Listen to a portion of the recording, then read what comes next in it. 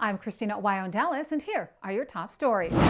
Congressman Randy Fine is calling to put an end to the quote-unquote Muslim takeover in the United States, saying everywhere they go, they kill the native populations.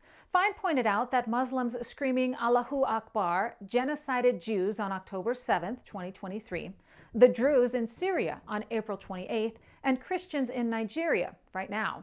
Fine is asking how many more religions are we going to allow Muslims to kill while screaming Allahu Akbar before we do something about it.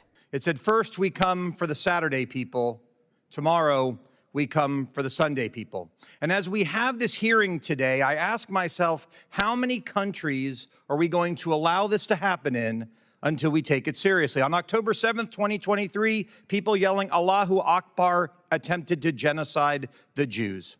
A few months ago, people yelling Allahu Akbar attempted to genocide the Druze in Syria. And here we are talking today about another group of people yelling Allahu Akbar trying to genocide Christians. How many countries are we going to have this happen to? How often are we going to allow this to be whitewashed and both siderists until we acknowledge that we have a serious problem that we have out there? The Democrat governor of Colorado, Jared Polis, is refusing to release Tina Peters even after President Donald Trump's repeated demands. Peters is now being held in solitary confinement, known as the Hole or Special Housing Unit at La Vista Correctional Facility in Pueblo, Colorado. She was sentenced to 9 years in 2024 over election concerns. Governor Polis is refusing to follow the directives of President Trump as the Colorado Department of Corrections, CDOC, supported by Attorney General Phil Weiser and Mesa County District Attorney Dan Rubenstein, are telling Polis to reject the federal transfer request, calling it an attempt to evade state justice.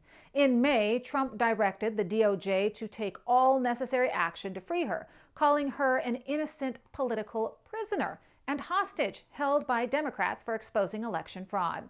In August, Trump renewed the call, labeling her a brave and innocent patriot, tortured by crooked Colorado politicians, demanding immediate release and threatening very harsh measures. In November, at a White House event, Trump expressed frustration, stating he had demanded her release 4 times and questioned DOJ inaction on her case.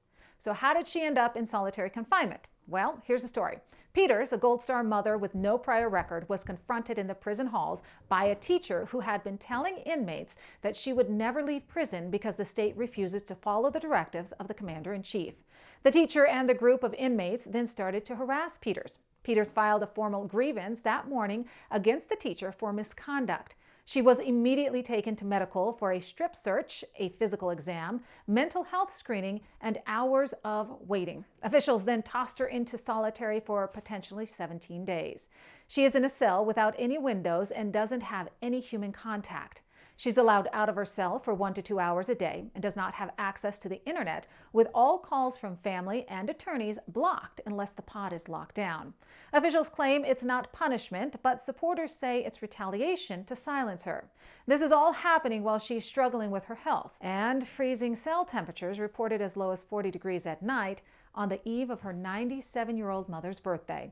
Peters, the former Mesa County clerk, said she was jailed for trying to safeguard election integrity by exposing potential vulnerabilities in Dominion voting machines after the 2020 election. She allowed a cybersecurity expert to access the system during a routine software update using a borrowed credential, capturing before and after images of the hard drives to prove any tampering or data deletion. She was convicted for tampering and sentenced to 9 years. The judge slammed her for, quote-unquote, preaching lies about election fraud and chuckled right before he handed down the sentence. And real quick, I want to remind you that Medicare costs are set to go up next year. So if you want to save more than $1,000 a year, listen up. Because not only will you be paying more for your deductible and premiums, but some Medicare Advantage plans are disappearing altogether. It can be confusing with so many different plans and options, but I got a quick and easy solution for you. Chapter. I've partnered with Chapter because I believe in what they are doing. They want to help and they'll do it for free. Just call the number on your screen or go to askchapter.org/Christina. It'll take 20 minutes and they'll do all the work. Give them a call. It'll be well worth your time. Chapter. As the nation continues to struggle with the massive influx of illegal migrants from the Biden administration, fresh data shows that about 20 million illegal migrants are now living in the United States and straining resources. Here's some facts for you. Illegal migration depresses wages for U.S. workers by more than 5% in sectors like construction and agriculture, per a 2025 Heritage Foundation report. In California, citizens have seen employment rates drop 10% since 2020 as employers hire cheaper, off-the-books labor. Illegal migrants cost American taxpayers more than $150 billion each year, according to FAIR's 2023 study, paying for education, healthcare, and welfare programs despite legal restrictions. Rents have increased 12 to 30% for citizens, while hundreds of millions of dollars are spent paying for migrant rentals. Millions added to housing demands, increasing median prices for homes by more than $40,000 a home. In Phoenix, prices rose 22%, with migrants snatching up 20% of starter homes, sidelining young American citizens. In New York, the $5 billion annual cost of migrant hotels has cut funding to 10,000 citizens who depend on housing vouchers. Meanwhile, state programs like Dream for All offer down payments to illegal migrants, costing $250 million each year and subsidizing 5,000 recent migrant home purchases. This has fueled a 7% price surge in Los Angeles, where illegal migrants take up 20% of low-income units, kicking 50,000 citizen applicants off of wait lists. In New York, 44% of rent-stabilized units are occupied by illegal migrants. Crimes have skyrocketed, with DHS data showing over 13,000 criminal migrants convicted of homicide, assault, or sex offenses on ICE's non-detained docket list as of this year. If millions of illegal migrants were removed from the country, experts say hourly earnings for citizens will be boosted by 10%. Emergency room wait times will be reduced by 30%. $18.5 billion will be saved each year on emergency treatment for migrants. Classroom sizes would drop to about 15 to 20 students per class, saving $78 billion a year. Citizens will save $400 a year on auto insurance. Home prices would drop by at least 10%. Grocery prices will fall as 59% of illegals are on SNAP, costing $25 billion a year.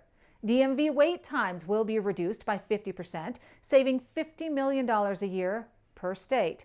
Traffic will be reduced by 35%. Violent crime drops by 30%, saving $50 billion in justice costs a year.